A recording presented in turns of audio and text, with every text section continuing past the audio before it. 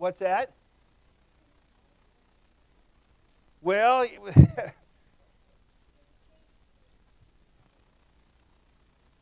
my great uncle, he was in his late 80s, had bacon and eggs every single morning.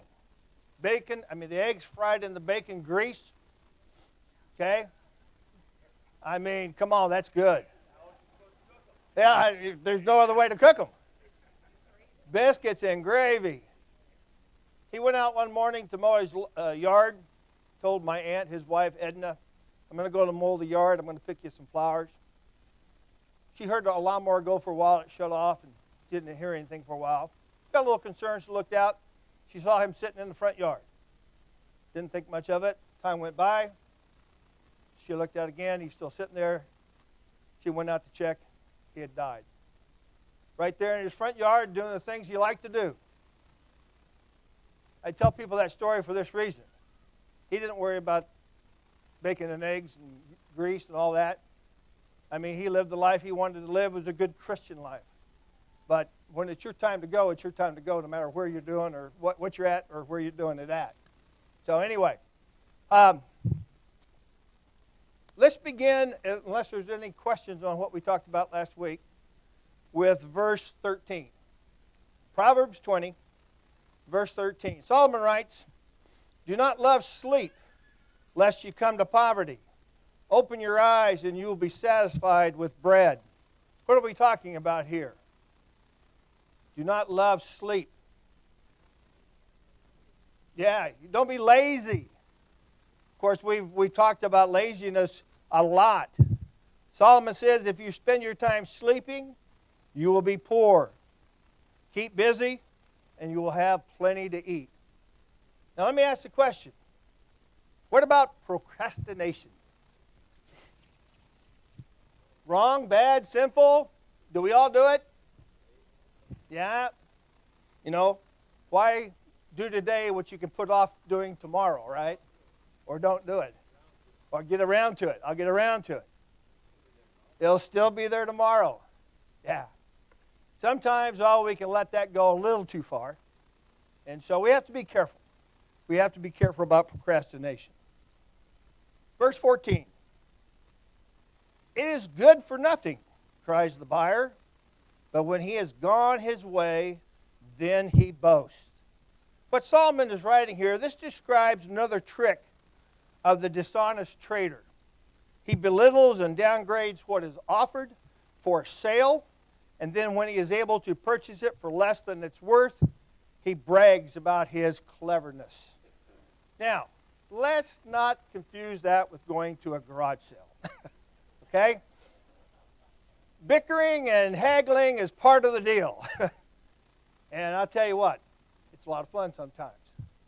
We want to, get a good price. In fact, Solomon's making the point here, negotiating for the best deal is one thing. But to do it by dishonesty is a form of lying. Okay? An example would be years ago, cotton farmers would gather their crop and they take it to the cotton gin, and the cotton graders would purposely downgrade the value of the cotton, pay you a less amount, then turn around and sell it for a higher profit where they made the money. Being dishonest. That's wrong.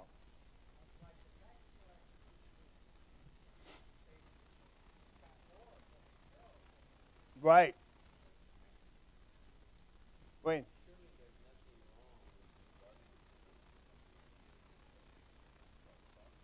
Oh, I agree.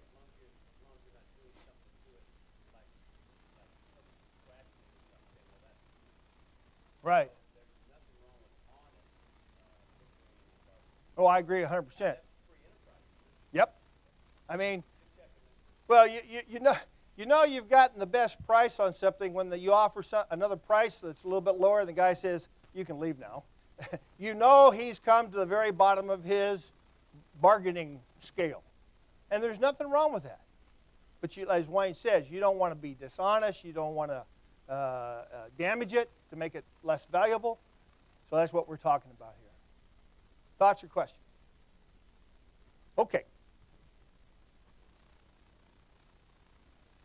Verse 15. There is gold and a multitude of rubies, but the lips of knowledge are precious jewel. Lips that give sound judgment are of greater value than gold and abundance of jewel. We've talked about this before. The implication here, as often is stated in Proverbs, is that knowledge is far better than gold or other such treasure.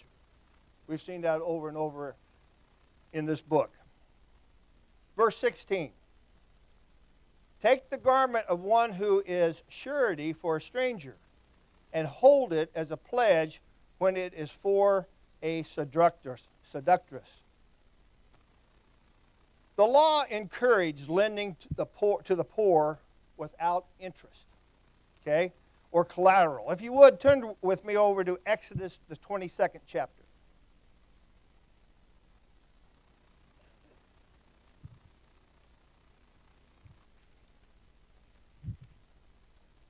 Exodus 22, beginning in verse 25.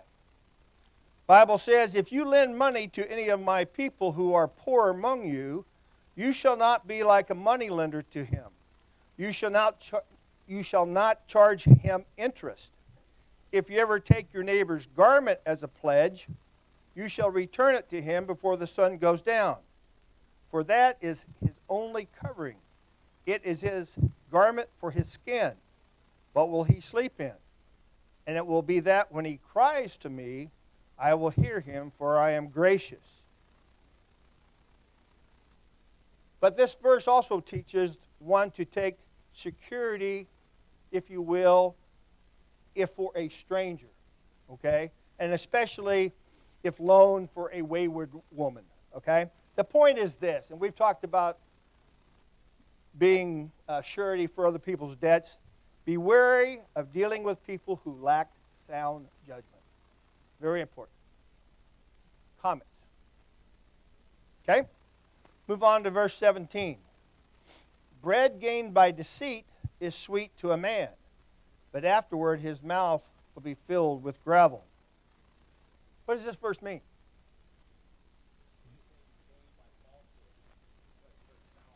That's exactly right. A man may delight in making his living dishonestly, but after a time his mouth will taste like it's filled with gravel. Especially when he begins reaping the same kind of dishonest treatment in return. What's that old saying? What goes around comes around, or something like that? It happens. Thoughts? Verse 18. Yes. Oh, yeah.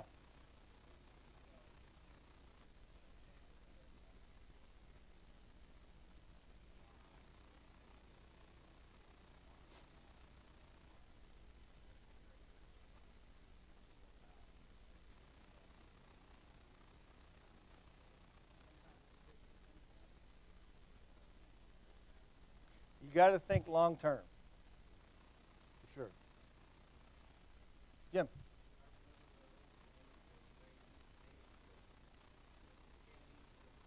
Yeah. Yeah.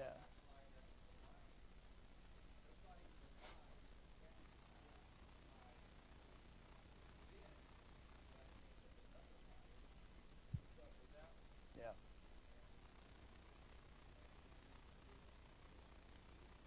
It's perpetual. Just keeps on going. Absolutely. Wayne?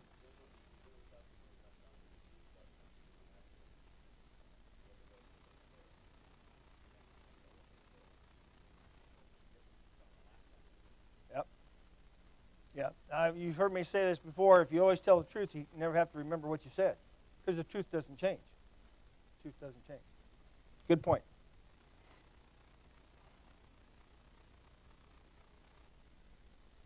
Verse 18. Every purpose is established by counsel. By wise counsel wage war. Now, we know that the tongue can be a tool for great good. Okay? Seeking good advice is important for anyone, but especially, as the verse says, for a king who is considering engaging in war. Christ may have had this in mind when he spoke the words in Luke 14 and 31. If you'd like to turn over there. Luke 14 and 31, Jesus says, Jesus is talking about the cost of discipleship here. It says, or what king going to make war against another king does not sit down first and consider whether he is able with 10,000 to meet him who comes against him with 20,000? Very true statement. Proper planning. Solomon makes the point that good advice and proper planning establishes success. Remember growing up, there's those 5 P's? Proper planning prevents poor performance. That's the key to success. Any thoughts? Okay, moving on to verse 19. We have discussed this before. He who goes about as a talebearer reveals secrets. Therefore, do not associate with one who flatters with his lips. A person who gossips will not keep confidences. So again, Solomon says, hey, don't associate with him. Stay clear. Verse 20, we've also discussed before. Whoever curses his father or his mother, his lamp will be put out in deep darkness. Honor of parents is the first commandment with a promise. You remember what that promise was? Live long on this earth, a long life. Hey, what does the second line of verse 20 mean? His lamp will be put out in deep darkness.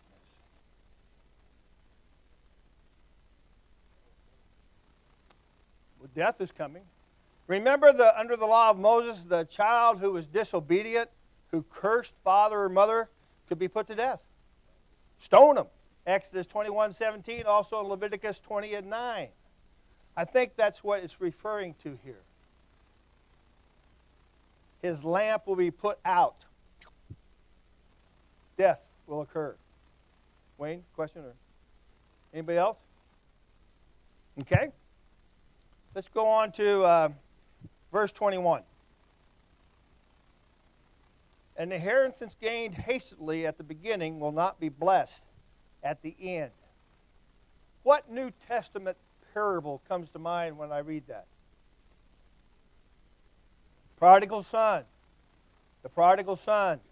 A bad son may resent his parents, and like the prodigal son, may demand his inheritance early. Such an attitude is a curse to him. We remember what happened with the prodigal son. Wasted it. Wasted it. Any thoughts or questions on that? But he was still blessed at the end, absolutely.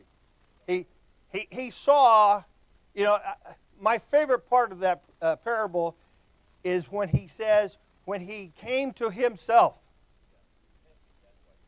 Yeah, the light bulb came on. And he said, what am I doing? Jack had a comment. Yeah. Take it, spin it right up until you die. I like that. Verse 22. Solomon writes, do not say, I will recompense, or another word for that is repay evil. Wait for the Lord, and he will save you. Solomon says, do not return evil for evil. And this is important. I want to say it maybe even twice. Bitterness in the heart hurts the one who harbors it more than the one against whom it is felt. It will eat you alive. You cannot do that. What does the Bible say? Who does vengeance belong to? The Lord. Yeah. Both the Old Testament and the New Testament thunder that warning that vengeance belongs to God. Deuteronomy 32:35, thus saith the Lord, vengeance is mine. Then we can turn over to Romans 12 and 19.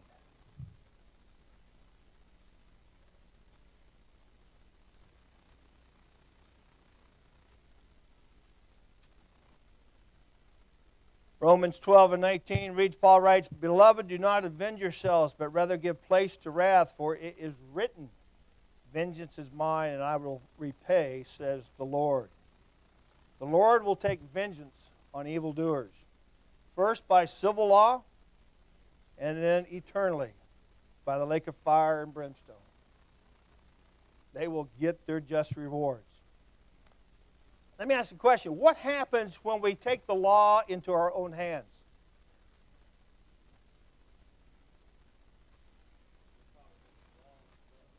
We break the law. We don't have the authority to do that. Okay? You break the law and you will have to suffer the consequences of it, just like the person who originally did the crime.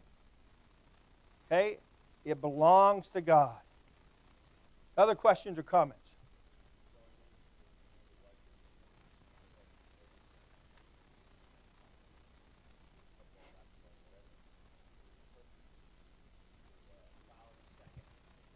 Yeah. No. And they'll get the penalty, or worse yet, they'll get ejected from the game, depending on what it is. Come.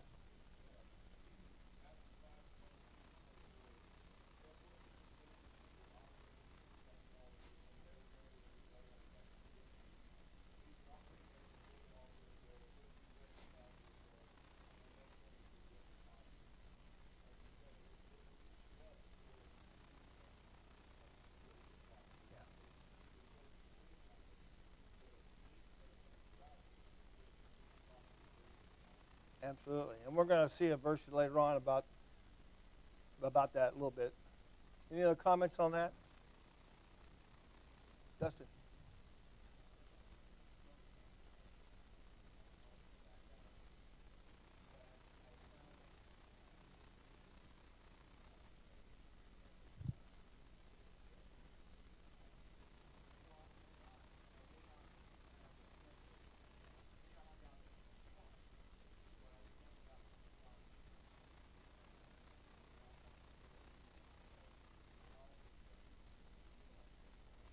Yeah.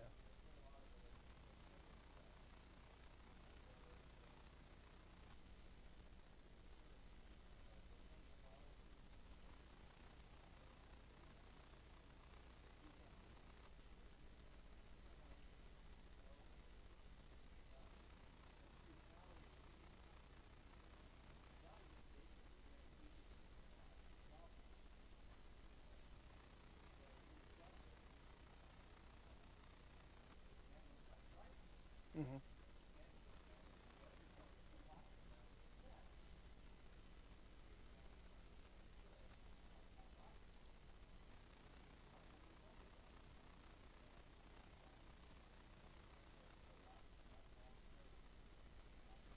Right. Yeah. And I don't mean, it's hard not to be angry when people do you wrong. It's hard. Jim?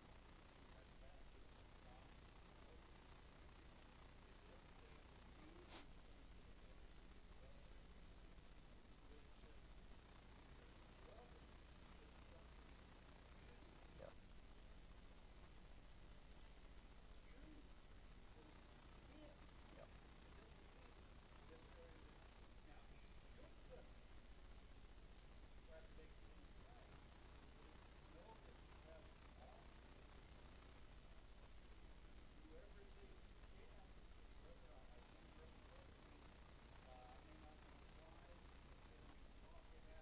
Yeah. Your brother may not even know what caused the rift. I mean, you're right. Yep. Yep. Absolutely. Tommy? Absolutely.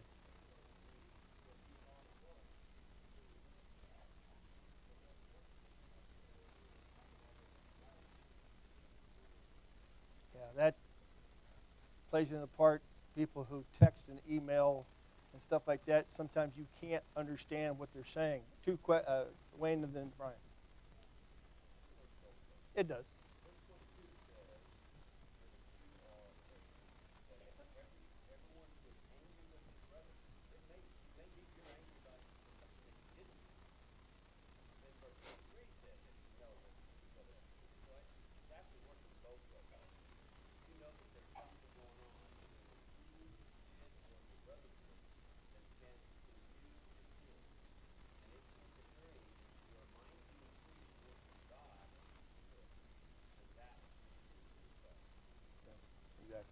Brian?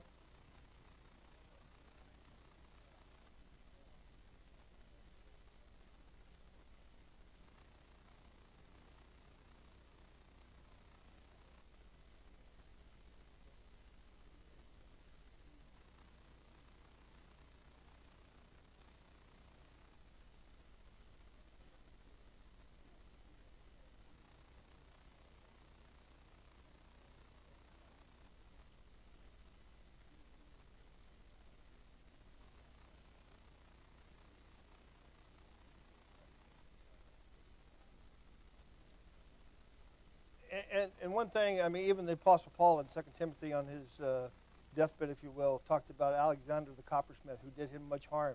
May he be repaid in kind. You're not wishing evil on somebody, but evil people will get their just rewards. Any other comments? Okay. Verse 23, we've talked about this before. Diverse weights are an abomination to the Lord, and false balance is not good. We covered that in verse 10 earlier on in chapter 20, and we've seen it before in other chapters, so we won't dwell long on it. Verse 24, a man's steps are of the Lord. How then can a man understand his own way? I like how the ESV reads it. For the first line says a man's steps are from the Lord. NIV says a man's steps are directed by the Lord. See, Solomon says here no one can fully understand all that is going on around them.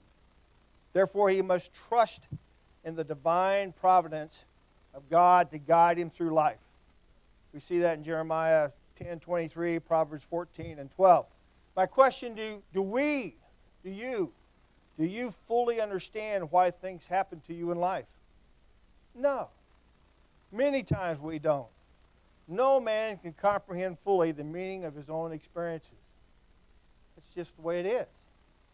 The suggestion here is that man must throw himself on God, acknowledge, obey, and trust in him to direct your path.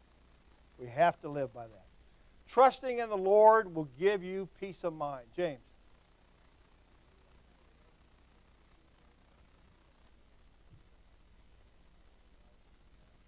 Good point.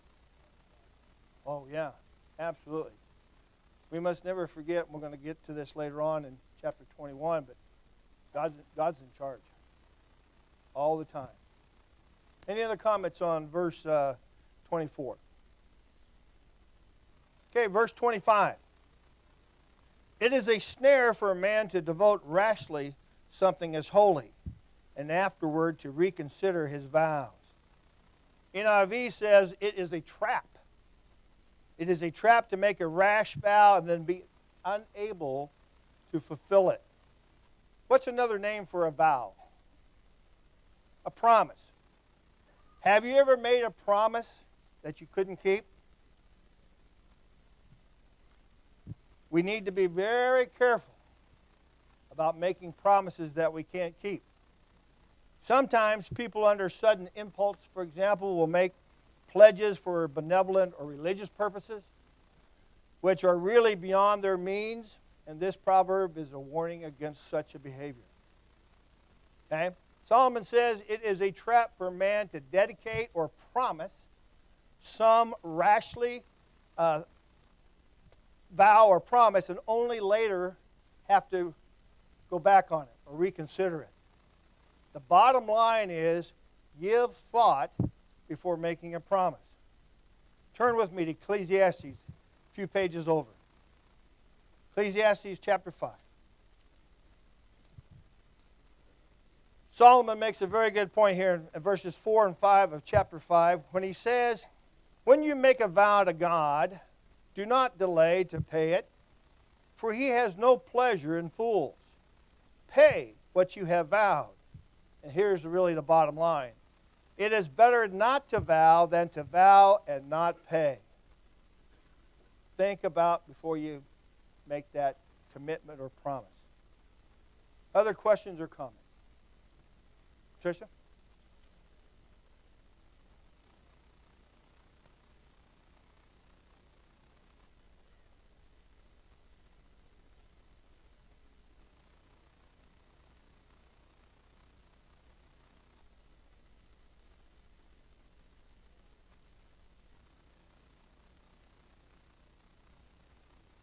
But you gave her hope, and that's important for people who, are dying. Check.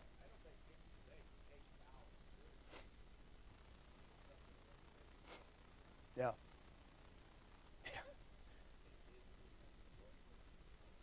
Yeah. Well, we refinanced the house a few years back, and there was a clause or something, and I remember the real estate agent said, "Oh, don't worry about that." He says, "I'm so good at this, I can get you out of any commitment that you made." And I went, "Oh man." So anyway, that didn't go well in my opinion.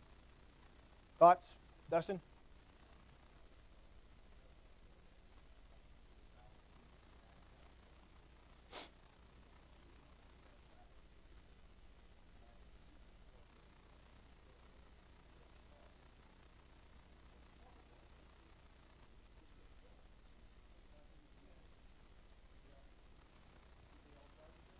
Well, it depends on how committed they were to their vow, I guess.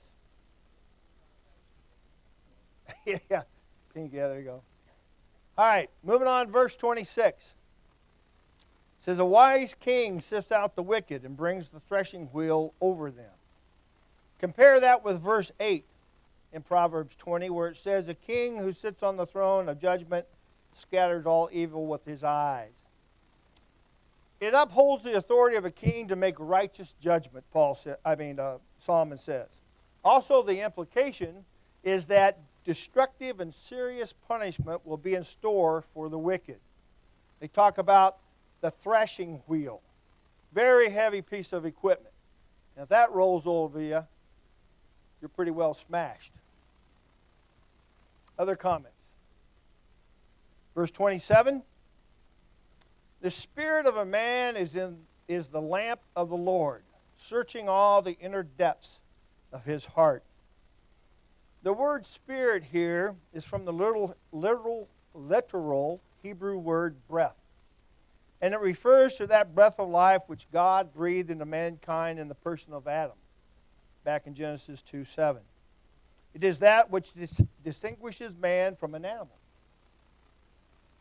It is the equivalent of conscience, God's lamp that searches out the innermost recesses of a man's heart. This is a very important verse. It stands alone in the Old Testament in its affirmation that the divine element in human life is the conscience. What is our conscience? What is your conscience? How would you define it?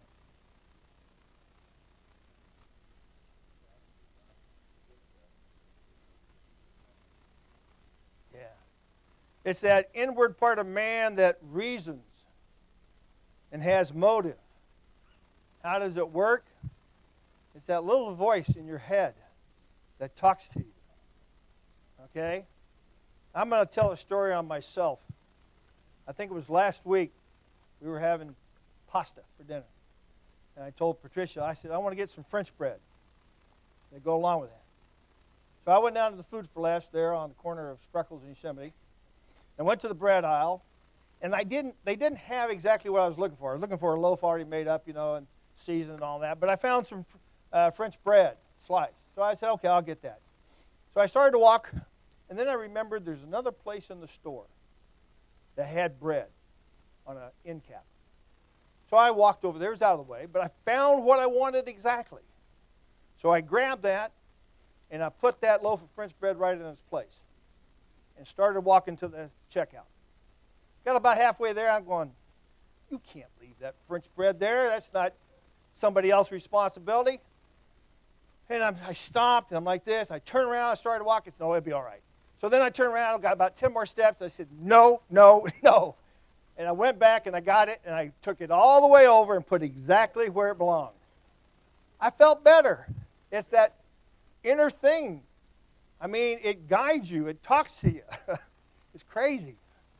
Anyway, no matter how wicked a man may be, there is still within him that conscience which came from God, as Wayne said, and which, regardless of his sins, bears witness to some degree to what he should be instead of what he is. That makes sense? Other thoughts on that, maybe? We know that man cannot even hide his thoughts from the Lord who searches our hearts. Revelations 2 and 23 says that. Verse 28.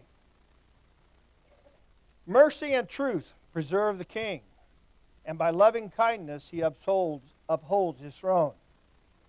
I like how the ESV says this verse. It reads, steadfast love and faithfulness preserve the king, and by steadfast love his throne is upheld. Solomon says here that the throne is upheld by mercy and steadfast love. So the king or civil authority must surround his judgments with a mixture of mercy and truth. Okay? Question. Is everything cut and dried? Black and white? No. What does it mean to have mitigating or extenuating circumstances?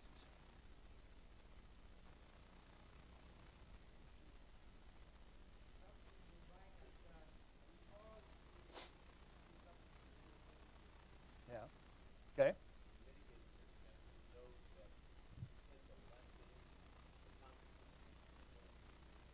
Maybe a reason. My wife is getting ready to deliver, and that's why I'm going 100 miles an hour on 99 freeway to the hospital.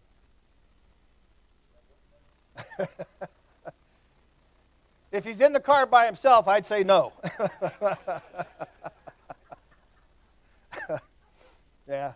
Anyway, but everything is not just black and white, cut and dry. You got to have some compassion sometimes. Now, I'm not talking about leniency, okay? I mean, because people who commit crimes, and we're going to talk about this in the next chapter here, they need to pay for their sins, if you will, okay? We live in a world today that, I mean, think about it. The crooks live in an air-conditioned cell. Tommy can probably tell you, have color TV, get 3 squares a meal a day, don't have to work, get dental, medical, right? All that. They even make them pay now. It's ridiculous. They're living a better life than some poor people out in the street. It's not fair. Not fair. Any other thoughts on that? Okay, let's look at 29. The glory of a young man, or young men, is their strength, and the splendor of old men is their gray head. Amen to that. Now, it's very, very true. Both youth and the age have much which to be thankful for. Strength for the youth, and wisdom, if you will, a gray head for the aged. Now, it does not mean that youth is any better than old age, nor is old age better than youth. Each has a glory of its own, and each has its handicaps, temptations, its triumphs, discouragement, in a well-balanced life. We all go through the ups and downs. But I think you all would admit that nothing is more ridiculous than an old man trying to look 21, 22 years of age. I mean, it's ridiculous. He's got gray hair one day, and it's jet black the next day. Anyway. Oh, yeah, the earring. Got to have the earring. And the ponytail. Absolutely. Yeah. Any thoughts or comments on that? All right, let's look at verse 30. Blows that hurt cleanse away evil, as do stripes the inner depths of the heart. And this is kind of what I was talking about, punishment. It is still true that the fear of punishment, justly and promptly afflicted upon the guilty, is the greatest single deterrent to wickedness that the world has ever known. If the punishment is strong enough, you're not going to do the crime. Example, over in the Middle East, if you steal something, get your hand cut off. They don't have a lot of thieves over there. Or if they do, they're all one-handed. Yeah. I mean, it's hard to kind of hold it like that as you go, I guess. But the point I'm trying to make here, if the punishment is severe enough, it will deter a person from committing the crime. But look how long it takes even on, if you will, when somebody murder somebody and they're pronounced guilty, it's years and years and years after appeal and appeal and appeal before possibly the punishment's ever carried out. And you live in a liberal state like California that doesn't have the death penalty, that's not carried out. Yeah. Any other thoughts on that? Okay. Chapter 21 begins here. The king's heart is in the hand of the Lord. Like the rivers of water, he turns it wherever he wishes. Here again we have a statement concerning monarchs, the truth of which depends absolutely upon the character of the monarch. It is impossible to believe, for example, that God turned the heart of Solomon in the direction of building pagan temples for many of his scandalous wives and concubines, as we see in 1 Kings chapter 11, verses 7 through 8. But it happened. It happened. Yet it is also true that the power of God is sufficient to cause any king to follow strictly the will and the purpose of God. God has that power. Point is, God is in charge. And Solomon writes here in verse 1 of chapter 21, as channels of water are arranged, if you will, by a farmer for irrigation, the Lord, by providential arrangement, sets up whomsoever he wills to carry out his designs. Okay? And that's sometimes hard for us to remember. Okay? The Bible is filled with examples of God using imperfect men to do his will. Okay? What does it mean, providential? Wayne talked about providential care a few months back in these lessons. What does it mean, providential? Just that word. Anybody know? It's involving divine foresight or intervention. Okay? God, in his infinite wisdom, knows what's going to happen in the future. And he, through his providential care, his arrangements, he's in charge. And when things happen that we question that, we got to remember that God is in charge. Any other thoughts or comments on that? Okay. Verse 2, we'll do this as our last verse since our time is almost up. Every way of a man is right in his own eyes, but the Lord weighs the hearts. And we've discussed this already before, back in chapter 14, verse 12, and then also in 16 and 25. Man makes his own plans, but God controls his final destiny. Jeremiah 10:23 says, "O Lord, I know the way of man is not in himself." God controls our destiny. Any questions, comments, closing comments? That's right. That's right. He may think he's right, but far from it. Galen. Yeah. It's death, yeah. Death and destruction. Tommy?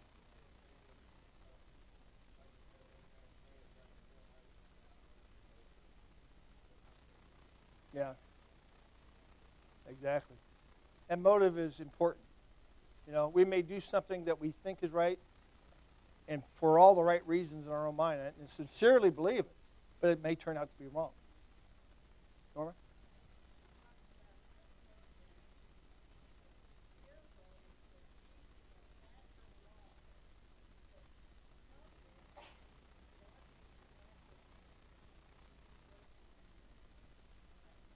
Yeah. It's amazing how that all intertwines. Irene?